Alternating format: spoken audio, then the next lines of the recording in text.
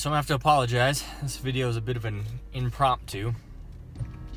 I had a great video edited for week 2 recap, and I also did an assembly of that Harbor Freight welding table and a little bit of a review on it.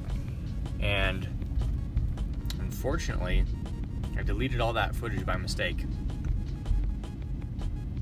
So I'm just gonna have to wing it this time. I was kind of pretty much going over some of the details of, things that I was planning on with the channel, stuff like that. So I'm just gonna have to kind of go off the cuff, I guess. One of the things that I wanted to make an effort towards on my channel, and why I don't want it to be just another, YouTube channel of somebody, working on cars, is that I'm kind of going to use this the channel as a starting over, so to speak. I've been in the industry for give or take 15 years, 13, 15 years, somewhere around there, and in various levels of scale, success, the whole nine. Nice thing is I've gotten a lot of experience out of it, but I've also gotten a lot of, sour taste. So kind of stepping back from owning a bigger shop and just gonna go solo. No more employees. I'm just gonna try to do very small scale stuff. With employees, it's great, but you are accountable to the staff as far as getting and finding and doing work, stuff like that. So I wanted to step back a little bit and focus on my family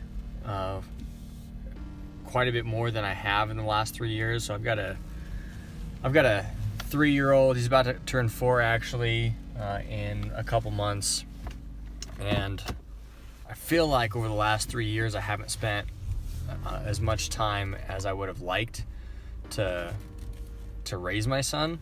So having the shop in the house is kind of my chance to do that. So it's very exciting in that aspect. I've had an offer actually just recently to go into a shop with some people I know in a nearby town, and I may do that because it would still be at a much smaller scale than my previous business. But for now, I'm kind of enjoying it from home. And one of the things about it is that I have very little overhead, obviously, and I can take just the jobs that I want rather than any job that comes through the door to pay the bills. So that makes it very enjoyable. One of the big things I wanted to focus on with this channel is kind of the accounts, the state of the business, as it were. So I'm gonna do a lot to structure it like a business, because I am doing work. I'm not doing my own personal work as much. I probably will, but now the flip side of things the way they are is that with the old business I had a lot more income and the business to support it, but I had no time. So I had the income but no time. Now I've got the time but no income.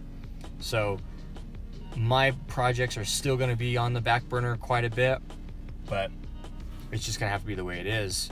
Unfortunately, I've got some great clients that do a lot to kind of spread the word, about the work that I do, and they're pretty vocal on different social media platforms, and I'm very grateful for that. So that's actually been my biggest bit of advertising in this new endeavor. So I absolutely appreciate those guys. Every client that I've had is kind of sharing experience and things like that. In doing the business, I also want to kind of highlight the state of the accounts, and the reason for that is when you're starting a shop, you have to get by on the bare minimum.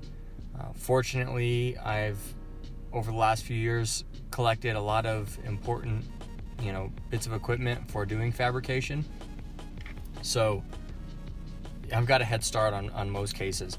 But there are still a lot of things that I don't have that are important in a fabrication shop and a custom car shop, and every job I do, every job I have, has to not only support, my cost of, paying the bills at the house, supplies for the customers' projects, but it also has to be what goes into buying equipment. So all the jobs have to, make a little bit of money so I can support my family, but also be able to afford to buy equipment to make the jobs faster, smoother, get a little bit of better result, those kinds of things.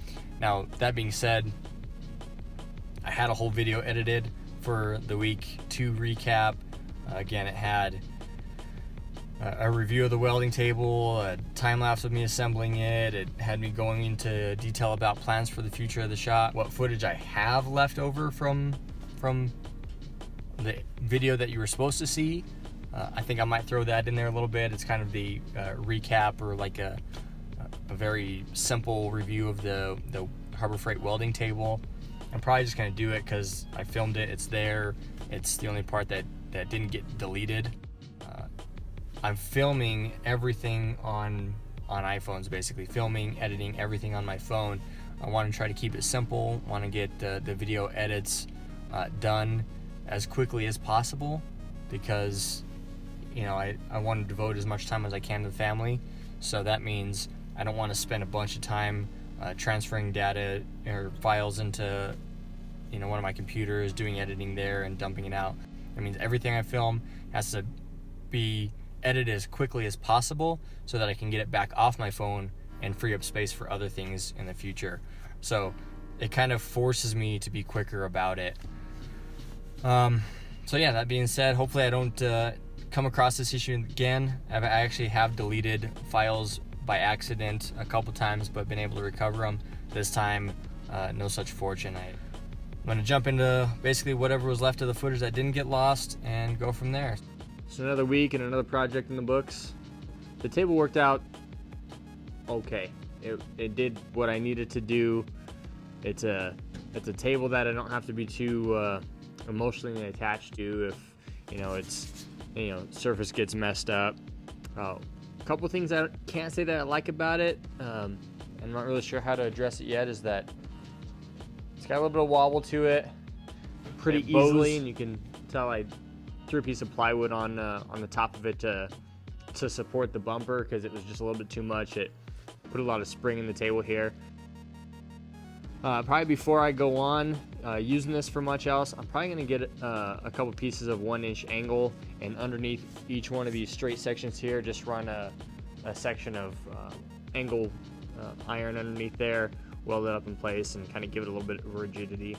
I may even go to the extent of actually probably not going terribly thick, but adding another layer to this, welding to the top of it, and trying to do it in a way that I can retain the open slats here. But all in all, it did what it needs to do for now. So I can fold it up, I can hang it on the wall, put it out of the way, use it when I need it. Table worked out pretty good. The bumper that I pretty much needed this for worked out great. And yeah, hopefully you caught that video as well. If you haven't, check out that episode, full bumper with commentary, and then I did of course a fast forward on it so you could see the whole work over on that without any commentary. That was pretty much the gist of it. Thanks for watching.